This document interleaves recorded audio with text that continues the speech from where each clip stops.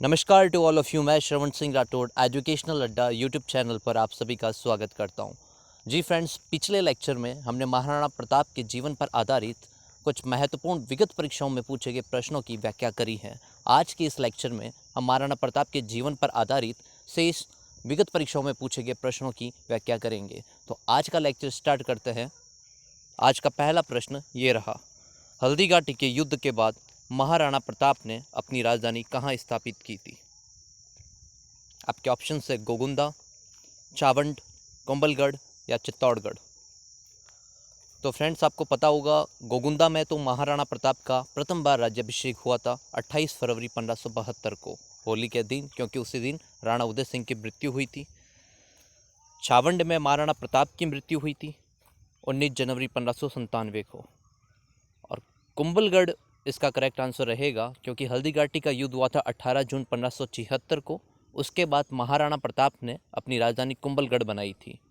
हालांकि चावंड को भी राजधानी बनाया था, लेकिन वो बनाया था 1585 ईस्वी में। तो क्वेश्चन में करेक्ट पूछा गया आपको, हल्दीघाटी युद्ध के बाद महाराणा प्रताप ने अपनी राजधानी किसे बनाया था? तो इस क्वेश्चन के अकॉर्डिंग इसका करेक्ट आंसर रहेगा ऑप्शन नंबर सी, यानी कुंभलगढ़। बढ़ते हैं नेक्स्ट क्वेश्चन की तरफ। हल्दीघाटी युद्ध के बाद अकबर ने शाहबाज खां को कितनी बार मेवाड़ पर आक्रमण के लिए भेजा था?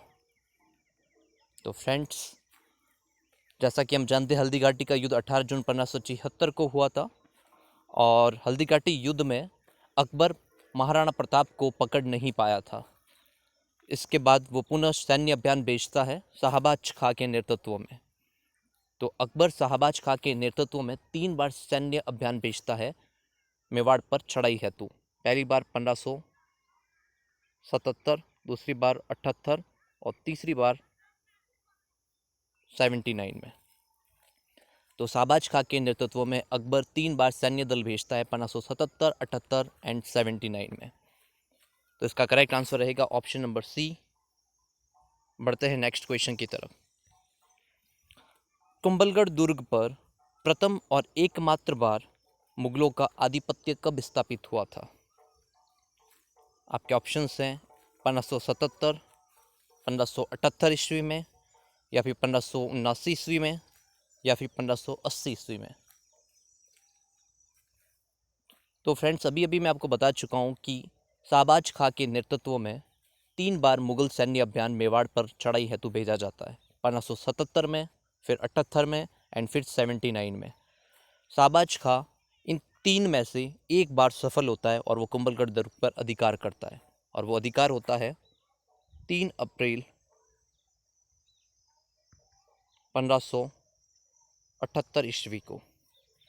तो कुंभलगढ़ दुर्ग पर सिर्फ एक बार किसी आक्रमणकारी का अधिकार हो पाता है, और वो होता है शाहबाज खां के नेतृत्व में 3 अप्रैल 1578 ईस्वी को।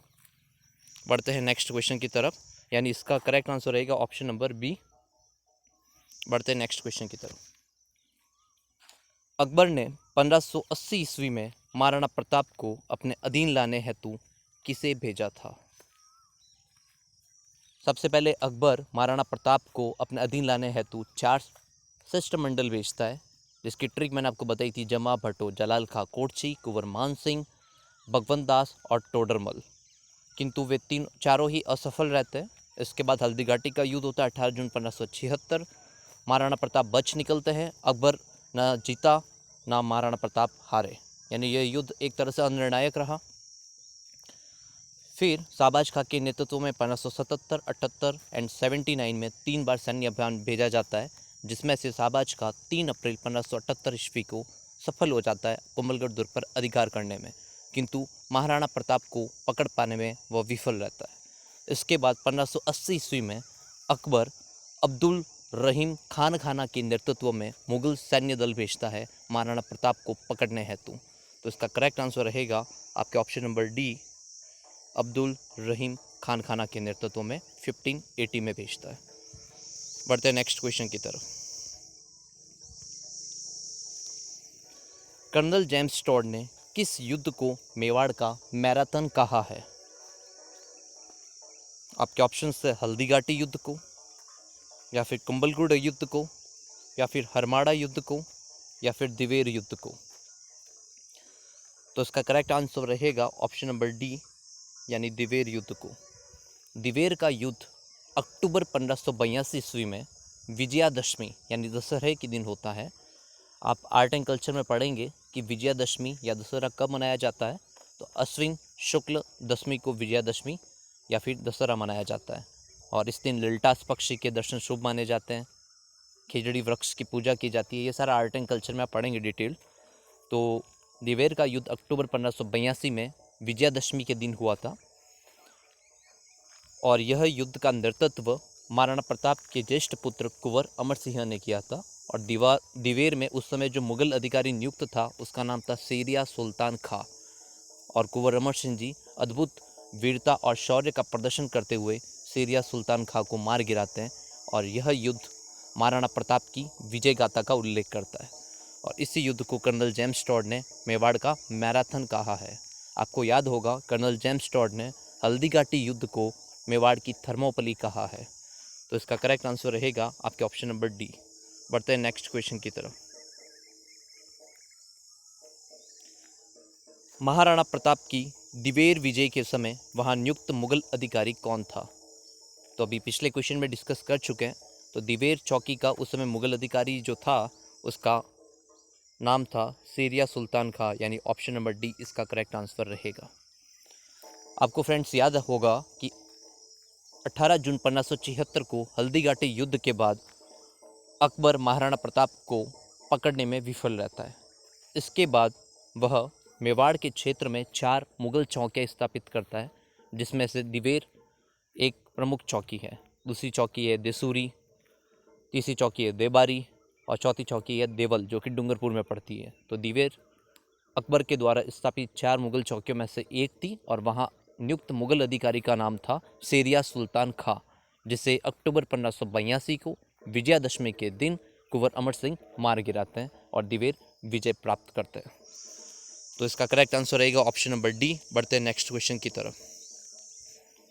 महाराणा प्रताप के विरुद्ध अंतिम मुगल आक्रमण का नेतृत्व किसने किया था? आपके ऑप्शन है कुंवर मान सिंह, भगवंत दास, जगन्नाथ कछवा या बलोल खान। तो अगर इन ऑप्शंस को आप ध्यान से देखते हैं तो ऑप्शन नंबर डी तो वैसे ही आप कैंसिल कर पाएंगे क्योंकि ऑप्शन नंबर डी में है बहलोल खान, और बहलोल खान को तो महाराणा प्रताप हल्दीघाटी के युद्ध में ही तलवार के एक ही वार के झटके में घोड़े सहित 2 टुकड़ों में काट देते हैं। तो ऑप्शन नंबर डी हो नहीं सकता। कुंवर मान सिंह तो हल्दीघाटी के युद्ध में प्रधान सेनापति थे और प्रधान सेनापति के तौर पर वे उनका प्रथम युद्ध था। ऑप्शन नंबर ए भी नहीं है। भगवंत दास कुंवर मान सिंह के पिताजी थे जिन्होंने तीसरे शिष्टमंडल का नेतृत्व किया था। इसका करेक्ट आंसर रहेगा option number C, Jagannath Kachhwa. Akbar Maharana Pratap के विरुद्ध अंतिम जो सैन्य अभियान भेजता है वो जगन्नाथ कछवा के नेतृत्व में दिसंबर 1584 में भेजता है। उसके बाद वो राणा प्रताप के विरुद्ध कोई सैन्य अभियान नहीं भेजता है। इसी जगन्नाथ कछवा की 32 खंभों की छतरी भिलवाड़ा के मांडल में स्थित है। ध्यान रखिएगा, भिलवाड़ा में 2 शब्द आपको कंफ्यूज कर सकते हैं, एक का नाम है मांडल, एक का नाम है मांडलगढ़। अगर राणा सांगा की छतरी पूछा जाए तो वह है मांडलगढ़ भिलवाड़ा। अगर जगन्नाथ कछवा की 32 खंभों की छतरी पूछा जाए तो उसका आंसर रहेगा मांडल भिलवाड़ा। और इसी मांडल भिलवाड़ा का एक नाहर नृत्य भी प्रसिद्ध है। और महाराणा प्रताप अपने जीवन में केवल 2 किलो पर अधिकार नहीं कर पाए थे, एक था मांडलगढ़ भिलवाड़ा और दूसरा है चित्तौड़गढ़। बढ़ते हैं नेक्स्ट क्वेश्चन की तरफ। महाराणा प्रतापकालीन मेवाड़ की अंतिम राजधानी कौन सी थी? आपके ऑप्शन है चित्तौड़गढ़, मांडलगढ़, चावंड और कुंभलगढ़।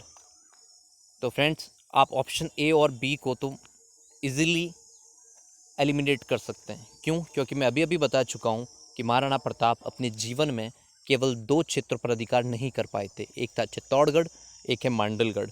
जब इन पर अधिकार ही नहीं कर पाए तो राजधानी कैसे बना सकते हैं? तो ऑप्शन नंबर ए और बी तो एलिमिनेट हो चुका है, तो ऑप्शन सी और डी बचा है। इसमें से आपका करेक्ट आंसर रहेगा ऑप्शन नंबर सी, यानी छावंड। अब पूछा जाए कि महाराणा प्रताप ने छावंड को अपनी राजधानी कब बनाया था, तो वो बनाया था 1585 में।